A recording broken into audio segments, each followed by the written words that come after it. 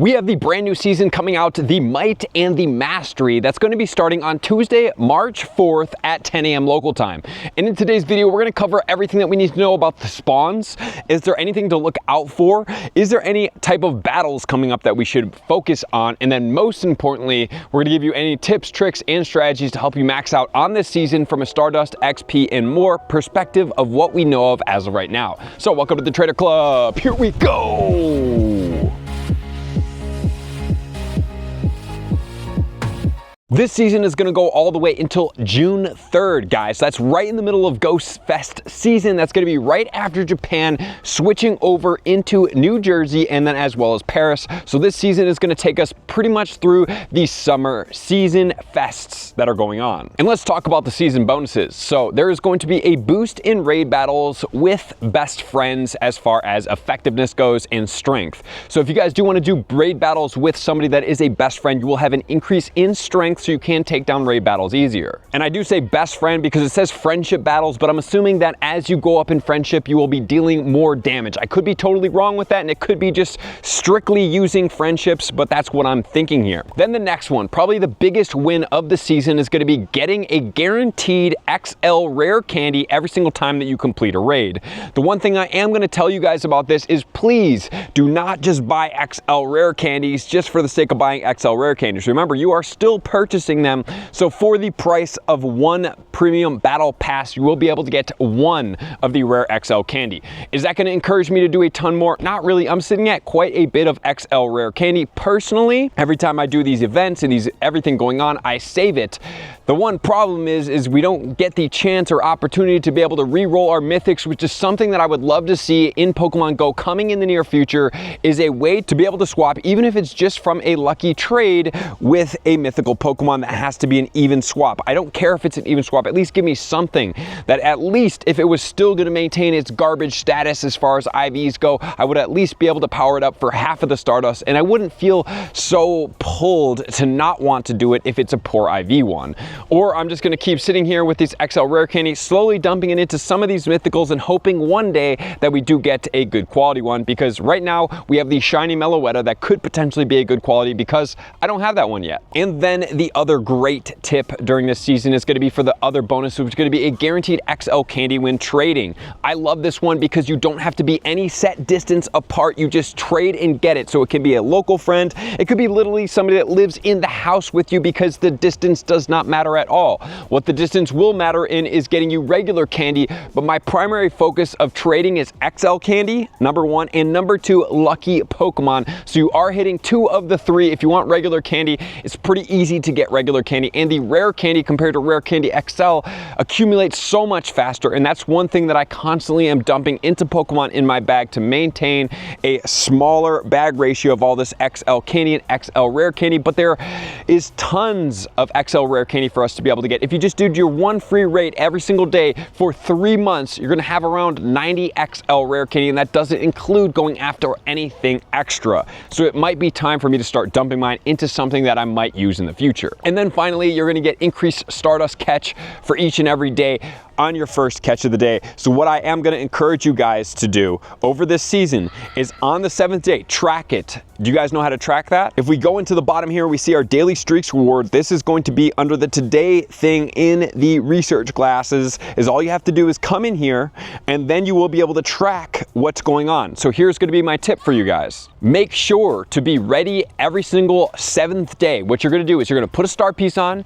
You're going to have 12-kilometer eggs getting ready to hatch, and then you are going to catch your first Pokemon of the day, and then you're going to go out and catch a ton of other Pokemon, in specific looking for some of the weather boosted Pokemon that we will talk about that are going to be viable during this season. So putting on that star piece every 7th day, going out there and grinding it, and then also hitting as many even event spawns or regular spawns as possible, and that is going to be the fastest way. If you can hatch 12-kilometer eggs once a week with that catch, you're going to be accumulating a ton of Stardust over this entire season. But most importantly, throughout this season, we're going to be getting Gigantamax Pokemon. Don't forget how important Gigantamax Pokemon are for gaining Stardust, for having powerful multiple used Pokemon, because the Gigantamax can go into Megas. Megas cannot go the reverse, which is disappointing.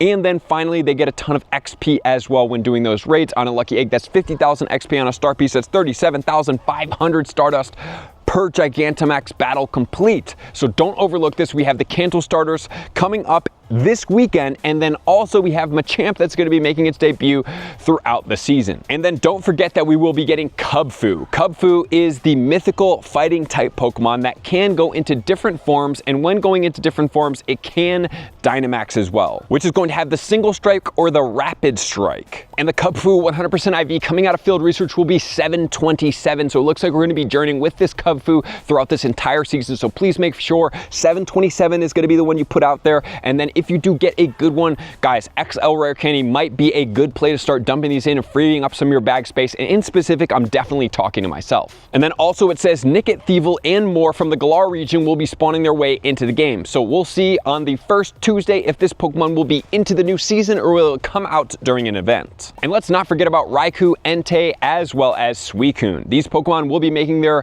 Dynamax debuts. And then obviously we talked about the Gigantamax Machamp. As coming up, we will talk about that. And then we have the research breakthrough as well. Every 7 days when you complete, these are the Pokemon that you could encounter. Alolan Marowak, we could have Mawile, Druddigon, Jangamo, Charcadet, and Frigibax. And right now, when making this video, Charcadet is not a shiny potential, but as soon as the event comes out on Wednesday, the Charcadet shiny will be added into the game, so it will be a part of this season. And the research 100% IV for Jangamo will be 415. For the Frigibax, it will be 534. The Druddigon will be 1171, and the Charcadet will be 313. So please make sure to look out for those Pokemon, and then let's talk about some of the spawns in the different regions. In the cities, we're going to have Flaffy, Ampharos, Whismur, Electrike, Pidove, Ferroseed, and Chargebug. For the Ampharos, it can be shiny. This one is a Mega, so the shiny is out. That's also going to be a guaranteed 2XL candy for the Mareep, and then also it will give you additional Stardust. So look out for this specific Pokemon, and then also the Chargebug, pretty good in PvP. The Chargebug 100% IV will be 106 with Volt Switch, which is going to be the Calm Day move, X-Scissor, and Discharge at a 0-13-15. And then we'll go on to the forests. In the forest, we're going to get the Ariados, the Yanma, the Wurmple, the Cottony, the Foongus, the Steenie, and the Serena. Just as a reminder, the Foongus is going to be a 500 Stardust per catch. It's get boosted in cloudy weather or sunny weather, so there's many different times for us to get that boost,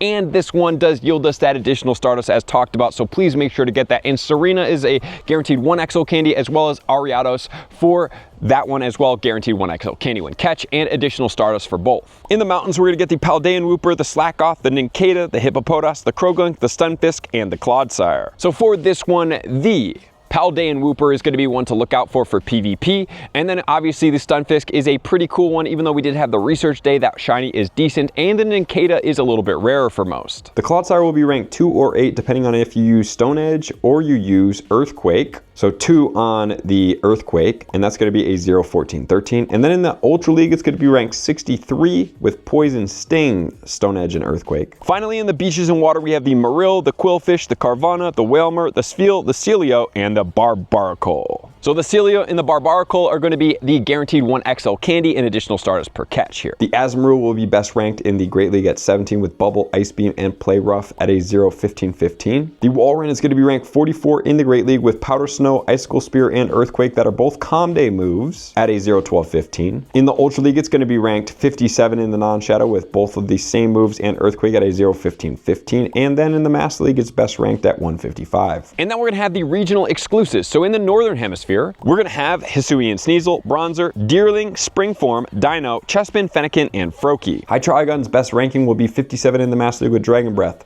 Calm Day move of Brutal Swing, and Flash Cannon. The Greninja will be best ranked with Water, Shuriken, Hydro Cannon, Calm Day move, and Night Slash at a 0-15-12. And then in the Southern Hemisphere, we're going to have Hisuian Growlithe, Sneasel, Beldum, Autumn Deerling, Rowlet, Litten, and Poplio. And then in the Master League, there's going to be a Metagross at rank 66 with Bullet Punch, Meteor Mash, Calm Day move, and Earthquake. The Primarina is best ranked in the Master League at rank 76 with Waterfall, Disarming Voice, and Hydro Cannon, which is amazing. So those are great spawns that we have out there, and then also we have eggs going on.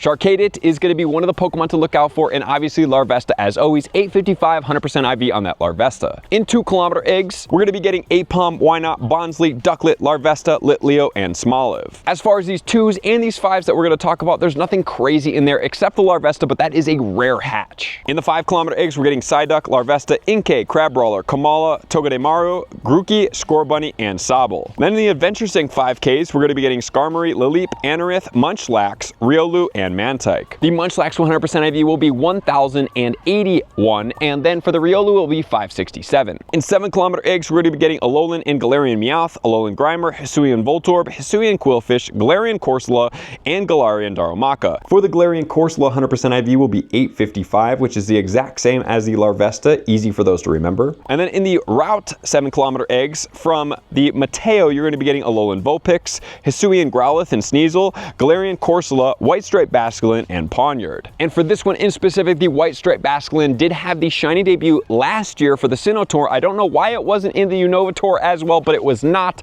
So that was the only time that Pokemon has been in the game and the shiny was released. And the 10 kilometer eggs will be Larvesta, Carbink, Jangamo-o, Dreepy, Charcadet, and Frigibax. And the Adventure Sync 10Ks will be Bagon, Gibble, Esper, Turtonator, Jangamo-o, Charcadet, and Frigibax. On the Dreepy, it's going to be 438 from egg hatches. The Jangamo-o will be 553. The Charcadet will be 418. The Frigibax 100% IV will be 712. So there you guys have it, Pokemon to look out for in the game. Exciting hatches, exciting spawn changes up, and a couple of Stardust boosts as well. But most importantly, we have the Kubfu coming into the game. The season bonuses are going to be where the wins are, and there you have it. So thank you guys for being here as always. Love and appreciate you guys. I'm going to see you guys out on the next video. Peace. I want to take this time to thank everybody who supports me in every facet. It means the world to me, and an extra special thank you to all my Patreons. I greatly appreciate the extra support to continue to allow me to pursue Pokemon Go full time, allowing me to create my daily video uploads in the most timely fashion for everyone's benefit. Plus, I get the amazing experience of sharing my creative processes behind the scenes and raiding all around the globe with select upper tiers. Thank you everybody for being a part of the Trainer Club. You all mean the absolute world to me, and I will see you guys out on the next video.